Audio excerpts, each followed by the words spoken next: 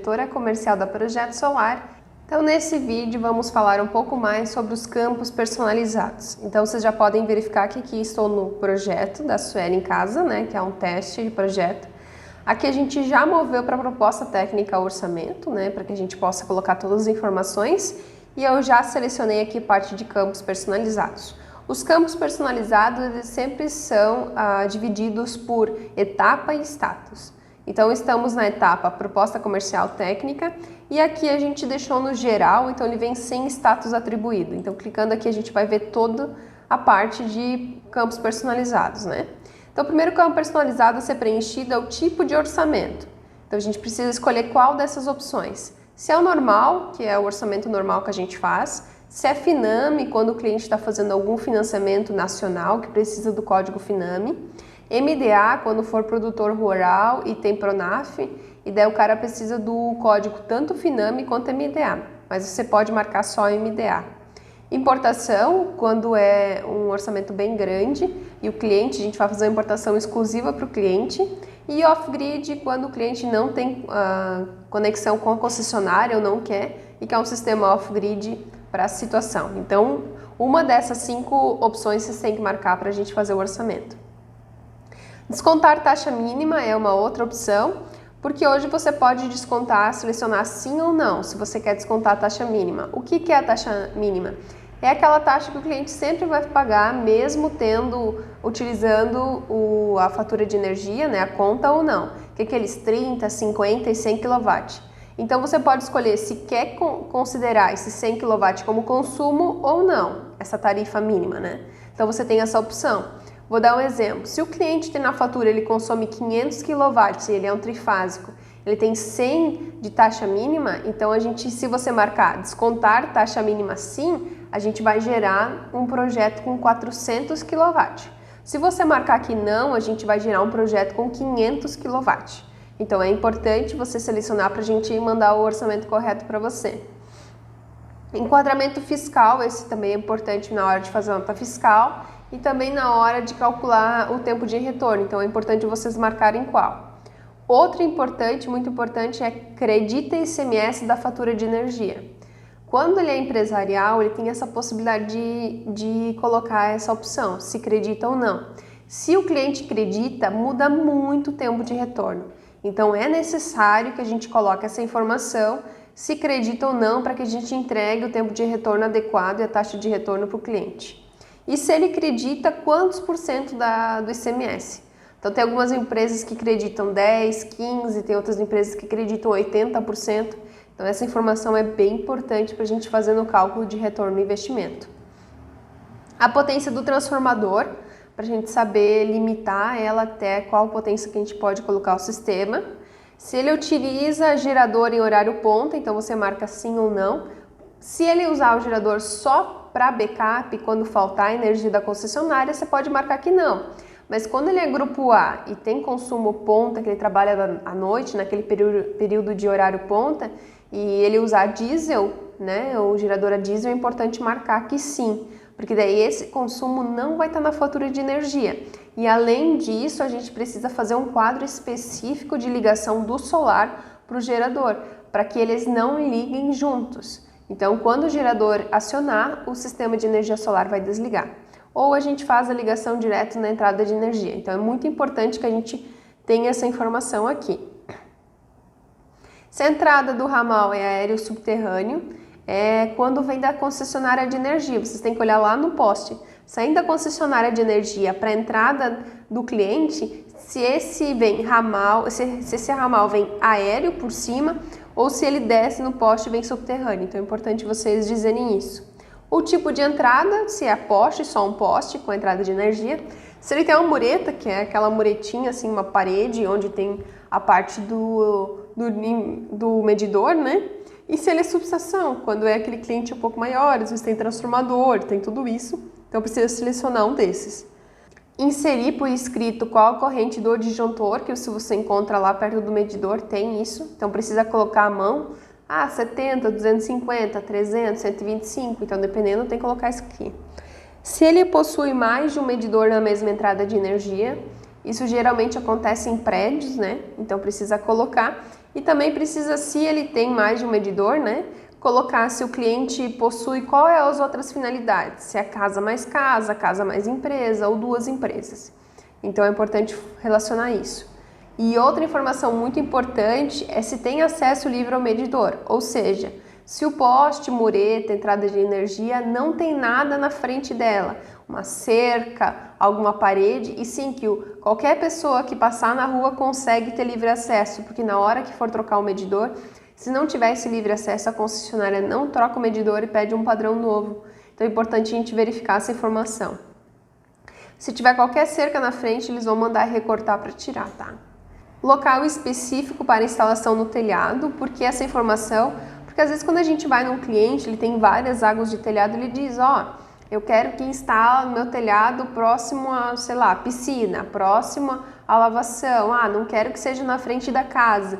Então essa informação é bem interessante colocar para que na hora que a gente for fazer o dimensionamento, coloque na simulação corretamente qual é o telhado que o cliente quer. Porque senão depois da simulação vai sair um outro telhado, vocês vão chegar a apresentar e o cara vai dizer, não, esse telhado te falei que não queria colocar. Então é muito importante colocar essa informação. Dimensões no telhado para que na hora que a gente for dimensionar no sistema, no PVSOL, a gente consiga ter a proporção e ter as medidas corretamente, né? Geralmente se a gente pergunta para o cliente quais as medidas, ele já sabe de cabeça e diz pra gente. Senão, é importante vocês terem uma trena para poder medir. Caibros e sarrafos, esse é importante para a gente dimensionar o tipo de suporte, né? Então, se é de madeira, metálico, concreto ou mista. Se for mista, eu sugiro vocês colocar uma informação depois lá nas notas ou em algum local específico ali de qual e uma foto, né, para mostrar quais são os tipos de caibro quando for mista. Indicação do pavimento, o local do inversor, é dizer certinho, se a casa tem 2 patamares, qual o patamar que vocês querem colocar o inversor? No segundo, no primeiro patamar, ou no térreo, no segundo, no terceiro, enfim, qual é o patamar, né? Distância do quadro de disjuntores até o local do inversor, porque isso mede cabeamento CA. Então, lá do quadro de disjuntor do cliente, onde a gente vai fazer a ligação, até onde ele quer colocar o inversor, qual é a metragem de cabeamento? Distância dos painéis até no local do inversor, para a gente dimensionar o tamanho do cabeamento do CC, né? Então, dos painéis até no inversor, aproximadamente o tamanho. Distância entre a entrada de energia e o local dos inversores, porque quando a gente tem que fazer alguma ligação direta, é importante a gente ter essa informação, tá? Importante verificar com o cliente se ele já tem aterramento, né? Se tem o aterramento existente na rede do cliente ou se a gente precisa fazer um novo aterramento, né? Link do drone, quando vocês fazem a filmagem do drone, daí vocês salvam lá na pastinha, pega aquele link e coloca aqui. E se a franquia assume os riscos na falta de levantamento? Se alguma dessas informações vocês não colocaram, a franquia tem essa possibilidade de assumir os riscos por isso. Se ela colocar que sim, a gente considera as informações que está aqui, e se ela coloca que não, a gente verifica todas as informações. Se tiver alguma incorreta, a gente pede a informação correta novamente, tá? Então, basicamente, para fazer um orçamento, a gente precisa desses campos personalizados, tá bom? Quando o orçamentista faz o orçamento, aí vai aparecer mais um status aqui. Então, vocês viram, etapa proposta comercial técnica, sem status atribuído e proposta comercial orçamento. Então, aqui nessa de orçamento, ela vai colocar algumas informações. Então, data do orçamento enviado, para a gente ter histórico, e também algumas informações adicionais, que às vezes ela coloca, verificar isso, eu considerei isso e aquilo, e ela salva. Então, sempre é muito importante verificar. Então, esses são os 2 campos personalizados que são preenchidos após o envio do orçamento. Quando você apresentou o orçamento para o cliente e precisou revisar alguma informação, então vai aparecer aqui mais um status revisar. Então, se você clicar aqui, é importante escrever dentro desse quadro o que realmente você quer revisar no orçamento, ou o que o cliente pediu. Considerar a nova atualização de preço. O cliente pediu para considerar o inversor maior. Ele quer incluir mais a casa dele. Então é importante colocar essas informações aqui, que dela vai revisar e vai atualizar o orçamento conforme a solicitação. Além dos campos personalizados na etapa proposta comercial técnica, a gente tem 100 status atribuídos, o revisar que eu já comentei com vocês, proposta técnica orçamento e o que deixa mais gratificante é quando a venda é fechada. Então, logo quando vocês movem para o status venda fechada, vai aparecer esses campos personalizados aqui. Então, esses campos são exatamente o que foi fechado na proposta. Então, colocar aqui a potência do sistema, aquela primeira linha lá na folha, onde a gente tem todo o dimensionamento do nosso sistema. Então, colocar, foi um sistema de 10,5 kW-pico. Foi um sistema de 140 kW. Então, é importante colocar aqui a quantidade de painéis, é importante, o inversor que foi fechado, o valor fechado, que foi negociado, às vezes ele difere um pouquinho da proposta, às vezes vocês fecharam com algum desconto no momento com o cliente, então é importante colocar aqui. A forma de pagamento que foi negociada, tá? Sempre importante, antes de fechar, vocês verificarem com a matriz qual a forma de pagamento e a forma de pagamento da franquia também, da unidade lá em loco. Profissão que a gente necessita para fazer o contrato, então a profissão do cliente, se ele é empresário, se ele é assalariado, qual cargo que ele trabalha, então é importante, se ele é aposentado. Estado civil do cliente, então é importante colocar, e a história desse fechamento. Esse aqui é um dos campos bem interessantes para a gente colocar, porque na hora que a gente for utilizar isso para marketing, for fazer alguma divulgação, a gente utiliza pela essa história do cliente. Então sempre coloque ali a informação. O cliente optou por fechar com a gente, porque gostou do nosso orçamento, ele vai utilizar o sistema de energia solar para reduzir gastos da casa dele, porque ele pensa futuramente em trocar de carro com o dinheiro que ele vai economizar e assim por diante, tá? Vocês podem colocar aqui a historinha do fechamento, né?